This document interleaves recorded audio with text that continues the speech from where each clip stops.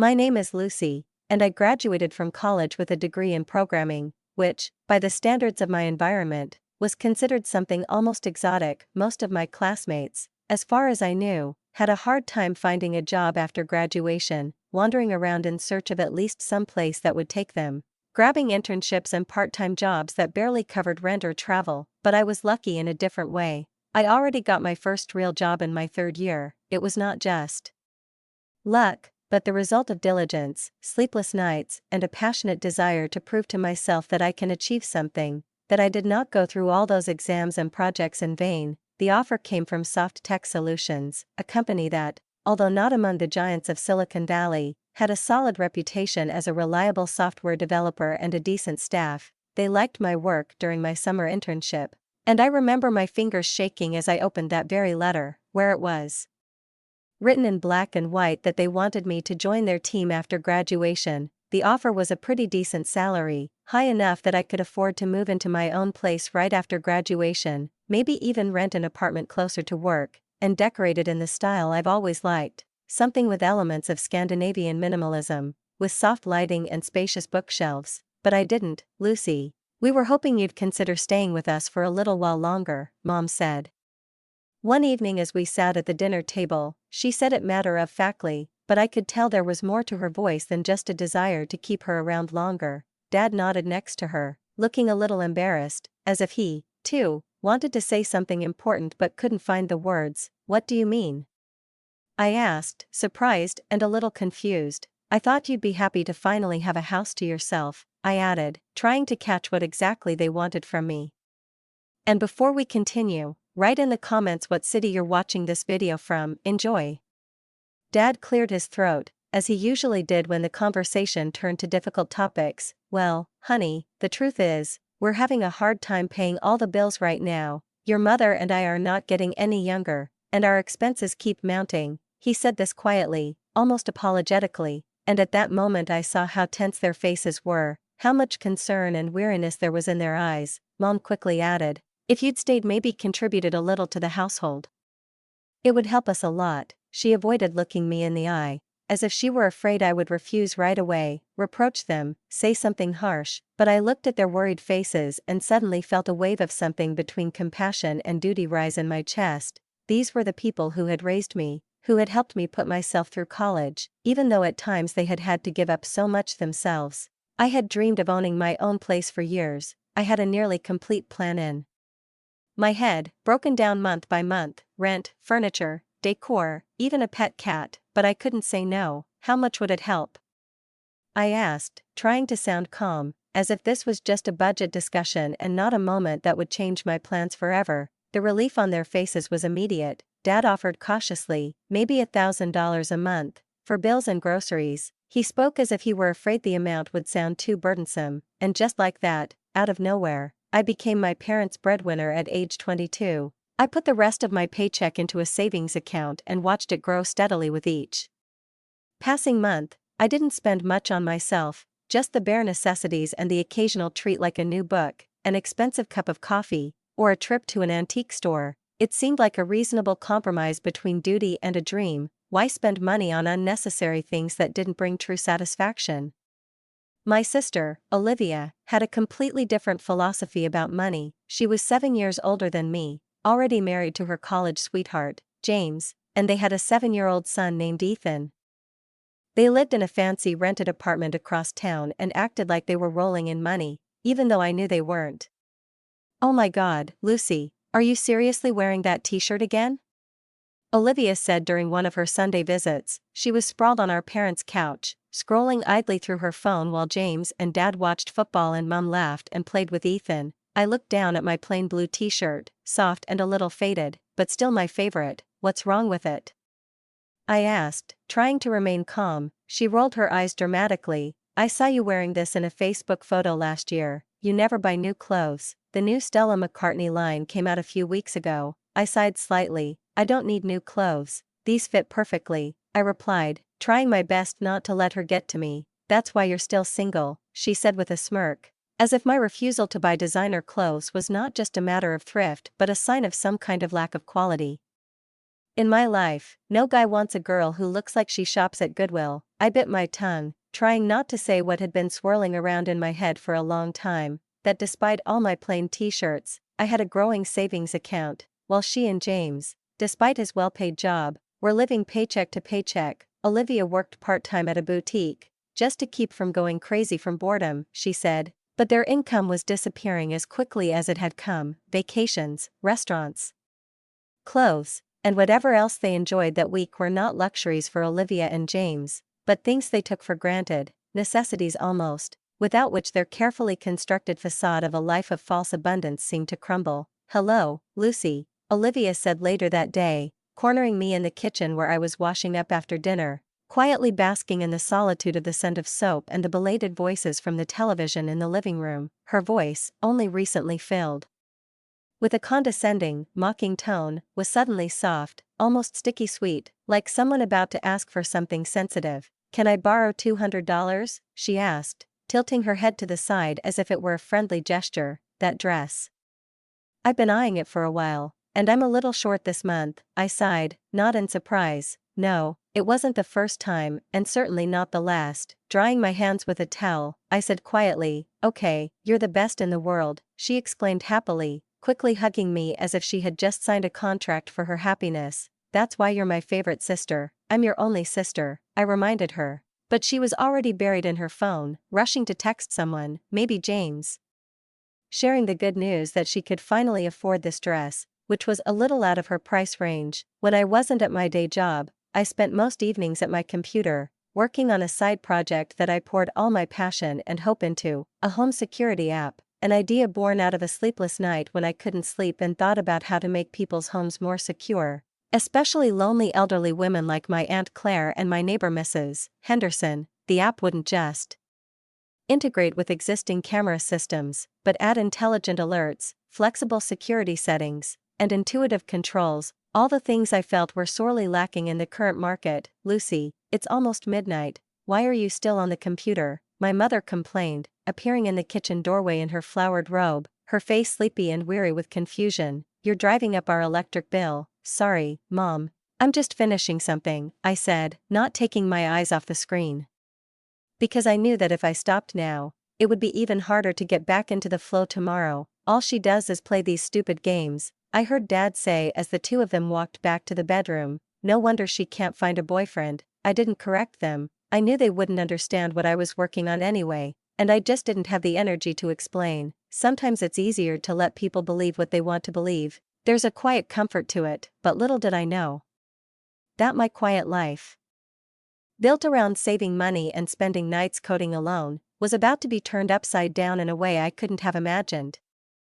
The first sign of trouble came on Tuesday night, when I got home from work and pulled up to find our driveway jammed with cars and the front door propped shut with a box. Inside, there was chaos, real, silly, everyday chaos. The living room was littered with boxes, suitcases, chairs, blankets, bags, and pillows, as if someone were about to embark on an impromptu round-the-world trip. Olivia, in a commanding voice reminiscent of a moving attendant, was bossing our parents around as if they were movers rather than elderly people in need of peace and stability. "Are you moving?" I asked, frozen in the doorway, unable to process what was happening. James staggered out of the hallway, looking more dejected and broken than I'd ever seen him before. His usually upright, confident posture was hunched over, and his clothes looked like he'd slept in them for several nights. Olivia didn't give him a chance to speak, but spoke up, sharply, agitatedly, with a hint of hurt. "Can you believe how unfairly he was treated? His own friend betrayed him." "What happened?" I asked, looking at James, who was trying not to meet my eyes. He just shook his head. "It's complicated," he forced himself out, and Olivia intervened. "They called it creative accounting. Yes, he took company money, but he was going to pay it back." There was aggression in her voice, as if she were defending an innocent person, rather than a man accused of financial fraud. The director, who was supposed to be his friend, discovered it during an audit and was furious. "You mean he was stealing?"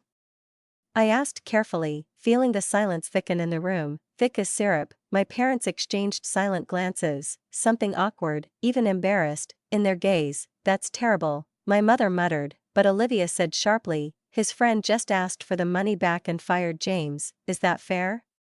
She threw up her hands, as if she genuinely didn't understand the point. Honestly, real friends don't do that to each other, they understand when you're in a bind. I dropped the subject, feeling like logic was an unwelcome guest in this conversation. Instead, I just stood there and watched in silence as my sister confidently commandeered our parents' house like it was her birthright, barking out orders, taking up space, and making no real contribution. At dinner, my mother, trying to sound as casual as possible but still betraying the tension in her voice, announced that Olivia, James, and Ethan would be staying with us, or rather, with me, only until they were back on their feet, which, as she put it, would be soon. I nodded without saying a word, and silently braced myself for what I knew for certain, a nightmare of epic proportions, an avalanche of inconvenience, complaints, and chaos that would gradually devour my quiet, measured life. And it did begin almost immediately, as if someone had lifted the lid on a pot of boiling water and everything had spilled out.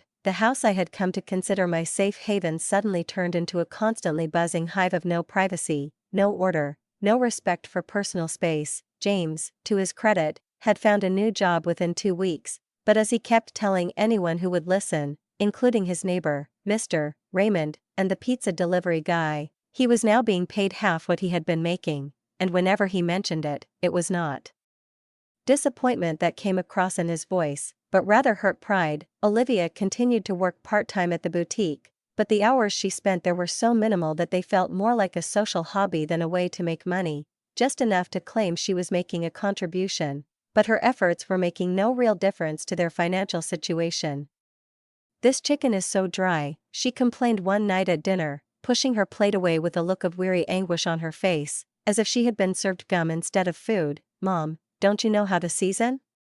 We used to go to Bellissimo's every Thursday and their food was delicious." Instead of defending her cooking or even offering to let Olivia cook her own dinner, Mom nodded, as if accepting a fair reproach. "Sorry, honey, I'll try to do better next time." As I stabbed my chicken, which I thought was perfectly normal, I held back a silent response, knowing that any words would only start another scene. The dynamic in the house had somehow changed beyond recognition. Everything now revolved around Olivia. Her moods, her whims, her problems became the general agenda, and complaints became priorities that demanded immediate resolution. I, on the other hand, seemed to be just an additional resource, a kind of ATM in the corner that didn't complain, didn't argue, but dispensed cash on time.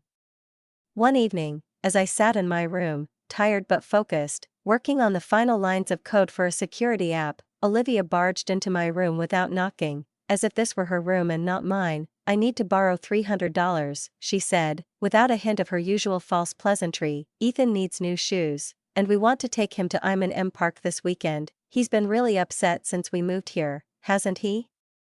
Without looking up from the screen, I asked, "James just got paid, do we have any other expenses?"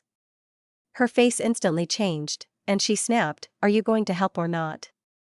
I gritted my teeth and agreed that time, but when she asked for money again the following week, I finally refused. "Maybe you should think about getting a full-time job," I suggested over dinner, after she'd made her request in public for the umpteenth time, clearly hoping I wouldn't dare say no in front of witnesses. "The boutique is hiring, I saw the ad in their window." Olivia's face immediately turned red, as if I'd publicly accused her of something embarrassing. "I can't believe how cruel you are," she hissed. "You know I need to be with Ethan after school. Mom and Dad are always here," I reminded her quietly. "They can watch him for a few hours." But Olivia jumped up from the table, shouting, "That's not the point," and throwing her napkin down, storming out of the room. James, without a word, gave me a long, disapproving look and followed her, and my mother sighed and shook her head. "Lucy, how could you be so heartless? Your sister is going through a tough time." "We're all going through tough times," I muttered, barely audible, but no one was listening. Olivia didn't speak to me for a week after that, and as much as that sounds, it was a relief. In the silence that had finally settled over the house, I focused on my project, using every spare moment, every evening and weekend, to finish the security app I'd been working on for months, doggedly and passionately, despite the fatigue, lack of sleep, and constant invasions of my space. And then one day, hunched over my keyboard, in the quiet of my room, I was finally ready to show it to someone, holding my breath, as if I were sharing something intimate for the first time. Incredible, my boss Mark said as I demonstrated the app's features in his office. His eyes widened in admiration as I showed how the system could recognize specific movements, distinguish humans from animals, and send personalized alerts by adapting to the user's habits. The user interface is so intuitive, he muttered, almost forgetting that he was supposed to keep a businesslike tone. And those algorithms? You designed all that yourself? I nodded, trying not to sound too proud, even though inside I was singing and fluttering at the admission. This was my project, born alone, at my laptop, in the quiet of the night when the whole house was already asleep and it seemed like no one was watching what I was doing. No one was noticing how I was growing. It's been my side project for a while, I said quietly, not wanting to brag, but not wanting to downplay what I'd accomplished either. Mark leaned back in his leather chair, looking at me with that new, intense, respectful gaze that comes from a man who realizes that before him is not just a subordinate, but a full-fledged talent, a creator, a player in the market. Lucy, this could completely disrupt the home security market, he said, choosing his words carefully. Our company could dominate if we owned this. My heart was pounding as if I were standing on the stage of the high school play, giving my first major performance, and the entire room was waiting for my cue. This was the moment I had been waiting for, literally, the moment when everything I had been saving up,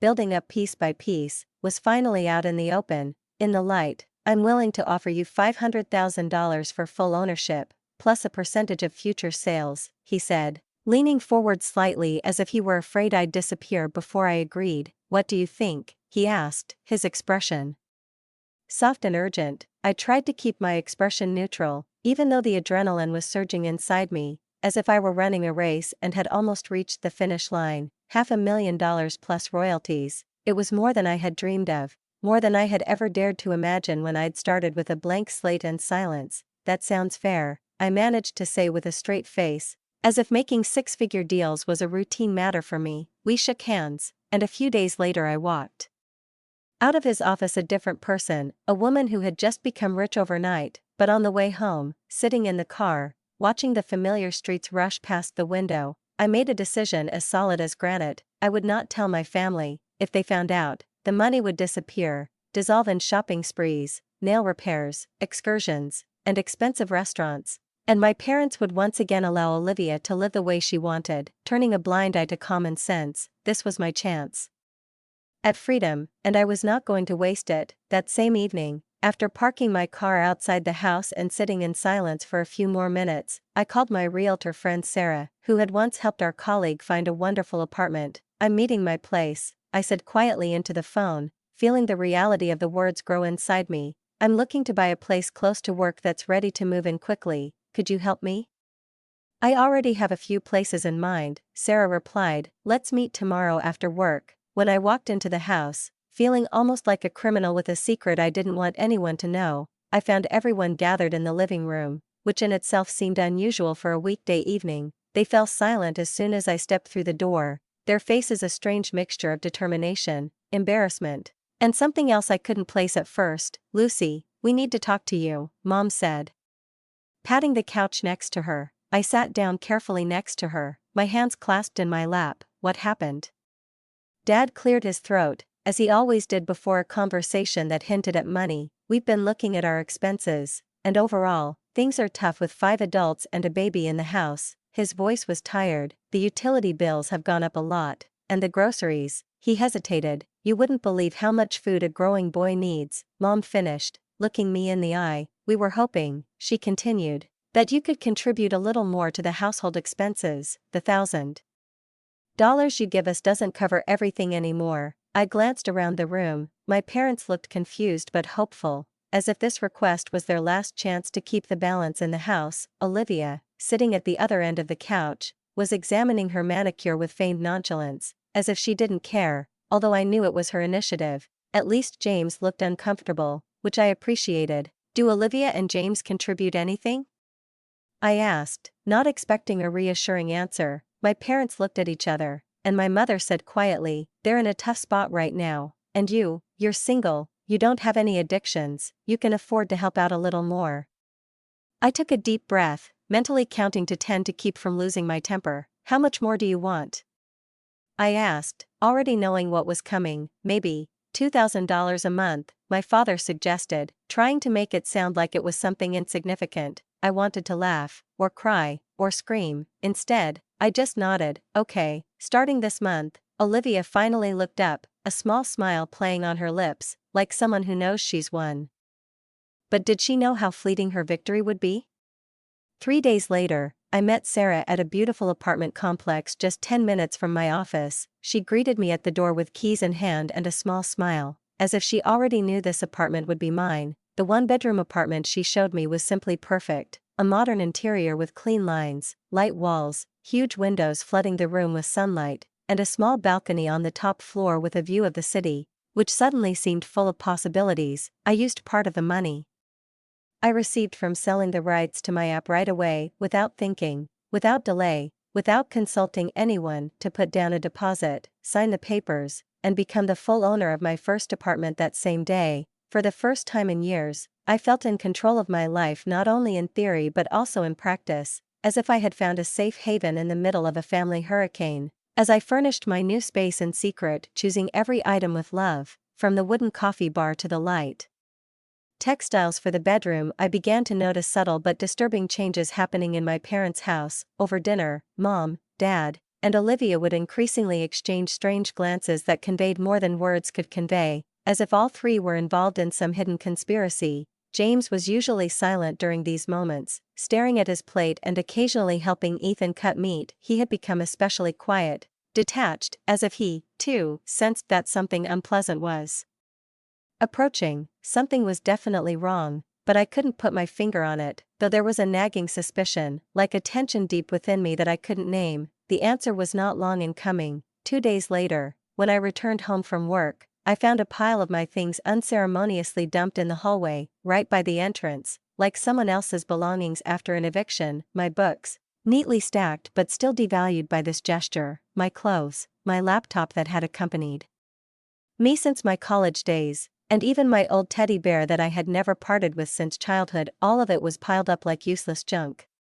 What the hell, I muttered, throwing my bag off my shoulder and heading straight to my bedroom, only it was no longer my bedroom. Ethan was sitting on the bed, covered in superhero sheets, contentedly playing a video game, absorbed in the screen and completely unaware that he had invaded my only personal space. The walls where my certificates, photos, and code signs used to hang were now decorated with posters of cartoon characters, and in place of my work desk, where I had created my app, there was a child's plastic table covered with crayons, coloring books, and plastic figures. Aunt Lucy, he exclaimed, looking up from his game and beaming, look at my new room. Isn't it awesome? Before I could respond, Olivia appeared in the doorway, looking like she had nothing to hide. Oh, you're home, she said, as if I were a guest who had broken some special family rule. What's going on? I asked, trying to keep my voice calm, almost deathly even though the anger inside me was already starting to boil. We moved Ethan into your room, she shrugged, as if she were talking about rearranging the furniture and not banishing me from my own space. He needs more room for his toys and schoolwork. Where am I supposed to sleep now? I asked quietly but firmly, feeling my breathing getting shorter. At that moment, Mom appeared behind Olivia, clearly nervous, her fingers fiddling with the hem of her sweater, her voice shaking. Lucy, dear, we thought that since you're rarely home anyway, either at work or on the computer, you might want to use the couch in the living room. I looked from Mom to Olivia, who was looking at me with barely suppressed triumph, the satisfaction of someone who'd gotten what she wanted in her eyes.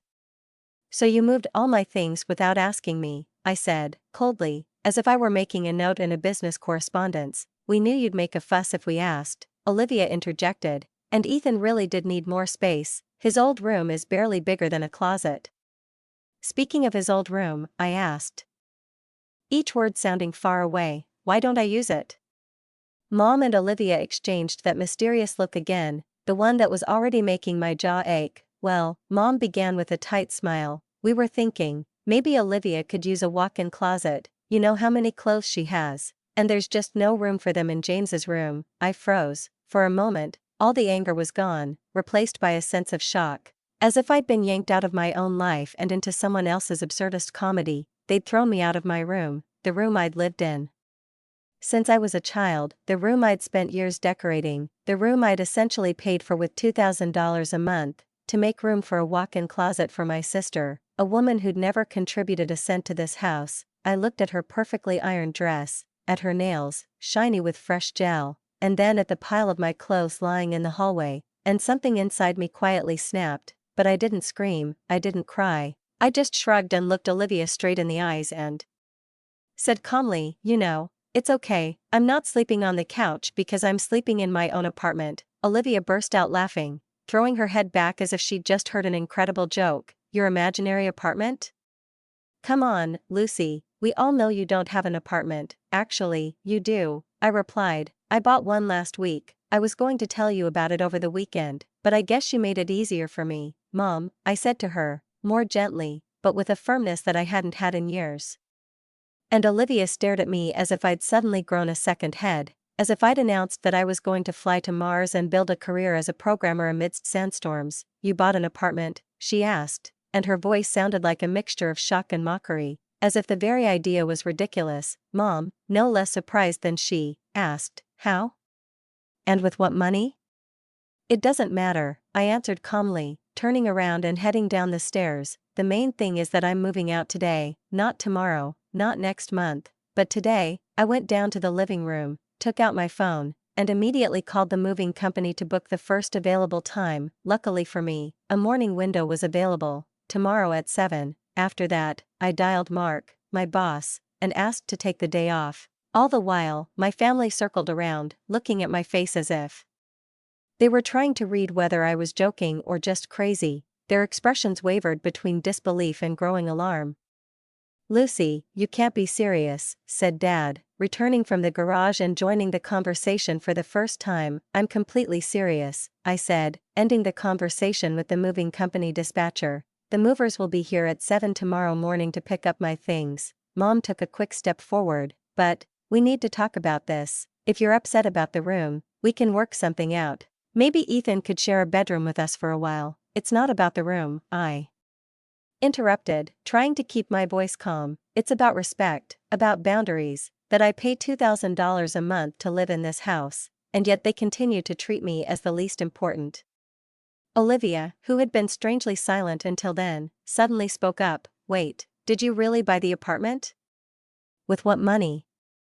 "You're just a junior developer." I didn't answer her. I wasn't about to explain, or justify myself, or reveal the sources of my confidence. "I'll just gather up what's left," I said, walking past them toward my pile of stuff in the hallway, trying to ignore their stunned expressions.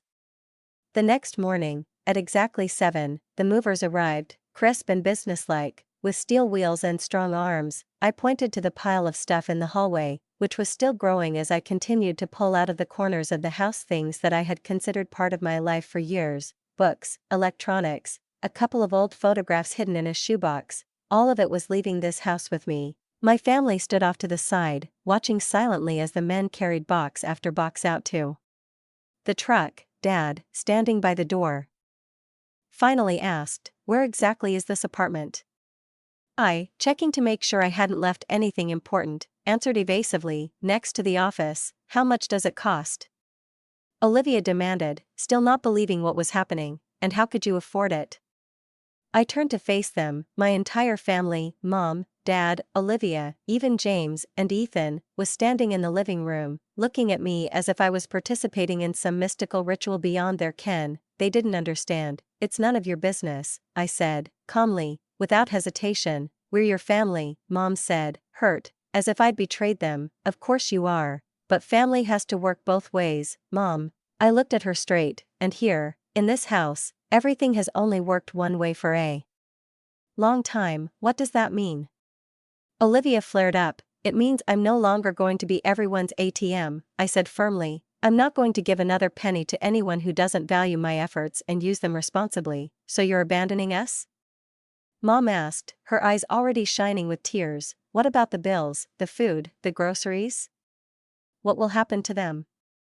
I turned to Olivia and James. "They're adults, they have jobs, let them start contributing. For once, we can barely afford our own expenses," Olivia protested, pouting. "Then maybe you should reconsider your spending habits," I suggested. maybe it's time to cut back on the weekly trips to Bellisimo's and the number of handbags you earn." Olivia's face twisted, she exhaled, as if gathering her strength, and then blurted out, "You know what? I think you should give us your apartment, we need it more, we have a child." I couldn't help myself. At first I snorted, then, looking at her serious face, I burst out laughing. The sheer, utter impudence was almost delightful in its audacity. "No, Olivia, I'm not giving you my apartment, in fact, I'm not giving you anything else, ever." At that moment, one of the movers appeared at the door. "Everything is loaded, are you ready to go?" I nodded, picking up the bag with which I had entered this house once as a girl, and was now leaving it as a woman who knew the value of herself and her freedom. "I'm ready, Lucy, please." Mom took the last step forward, in a desperate attempt to stop me. "Don't leave like this." I looked at her. "I'll call you in a few days," I said softly, but without promises, without hope, without the usual self-sacrifice that had become the currency of this house.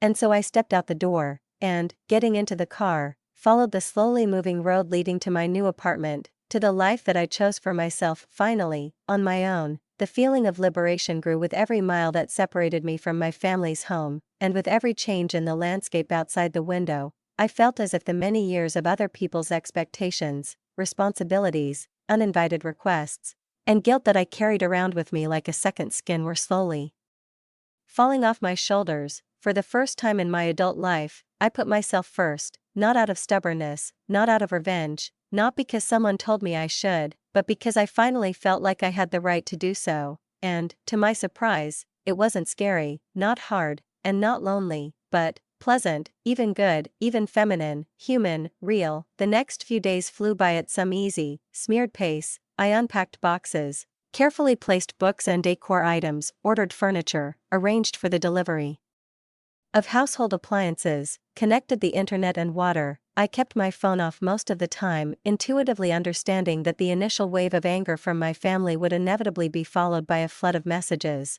where anger would give way to pleading, reproaching, emotional blackmail, and, of course, I was right. When I finally turned it on, a week later, the screen flashed with dozens of missed calls, voicemails, and texts, in which everything was mixed up, from hurtful rage to humiliating pleas and theatrical phrases about how I could do such a thing after everything they had done for me. And yet, after a week of silence, I decided to visit my parents, not because I felt guilty, I no longer did, but because I wanted to have a calm, rational conversation about boundaries and expectations as an adult. I pulled up to the house that Saturday morning, feeling calm inside. Before I even got to the door, it swung open and my mother hugged me tightly, her face filled with despair and relief, as if I'd come back from a war. "Thank God you're back," she whispered. Dad followed her, his expression one of embarrassment and relief vying for supremacy. Olivia and James were already sitting in the living room, their expressions impassive as ever, and Ethan was playing on the floor as if nothing had changed. "I'm not back," I said right away, so no one would get any illusions. "I came to talk." My mother nodded, pulling me into the house. "We understand, we've been thinking a lot, too." I doubt it was much, but I sat down anyway. "Lucy," Dad began, "we know we made a mistake. Your room is yours again whenever you want." Ethan went back to his, and Olivia quickly interjected, "I didn't make a closet, I'll hang my clothes in our bedroom." I looked at their impatient, expectant faces. "I appreciate it, I really do, but I'm happy in my new place." "But we miss you," Mom said, and I realized that the reason they had gathered was about to be said. "We could meet there." She paused. "You could stay in the apartment and help us with the expenses." That was the real reason for their change of heart. "You need my money," I said calmly, looking straight into Mom's eyes. No one denied it. "We could work something out," Olivia suggested. "You could keep the apartment, but still help us out, or," she paused, "maybe we could move into your apartment and have this house back." I almost laughed, not because it was funny, but because it was so shameless. "So Olivia asked." "No, Olivia," I shook my head slowly, "I'm not giving you my apartment, and I'm not giving you another cent." "But that's not fair," she cried, "you're so selfish. How could you even afford an apartment? You must have been hiding money from us for years." I looked at her calmly. "I sold the app," I said simply, "the same security program I spent my nights working on, the one you all thought I just played video games on. My boss bought it for $500,000, plus royalties. There was a deafening silence in the room. $500,000, James whispered, turning pale. Mom was silent, looking somewhere to the side. Why didn't you tell us? She asked finally. Because I knew what would happen, I answered without a trace of offense. Because you would have found 1,000 reasons why you deserved this money more than I do. No one argued, and Olivia, like an actress at the end of a bad drama, breathed out theatrically. So you're just leaving us? After everything we've done for you? I stood up. What exactly have you done for me, Olivia? Asked for a loan and never returned it? Made fun of my clothes? Moved my things without asking? She didn't know what to say. I'll always be your sister. I turned my gaze to Mom and Dad, and your daughter, but I won't be your bank anymore. As I walked out the door, I heard words being whispered and thrown at me: ungrateful, selfish, heartless, but for the first time, these words did not hurt. They bounced off my skin like dry leaves, finding no hold on me, because I was no longer someone who could be silenced by a sense of duty. 6 months have passed since then. I have not spoken to my family. They have tried to contact, sometimes through mutual friends, sometimes on social media, but always with some slippery subtext. Reconciliation as an excuse for financial need. I heard that they still lived together, still complaining about the lack of money, and now about being abandoned, and I am thriving. My apartment is my cozy island, full of silence and light. My career is growing rapidly, royalties from the app are steadily dripping into the account. I have started traveling. I bought nice clothes, even if Olivia wouldn't approve of my style. I even started dating someone who appreciates my practicality rather than judges me for it. Sometimes I wonder if I did the right thing, sometimes, but then I remember how they treated me, not like a beloved daughter or sister, but like a convenient resource to be used to the last drop. And then I realize, leaving wasn't selfish, it was an act of self-preservation, and for the first time in a long time, I chose myself.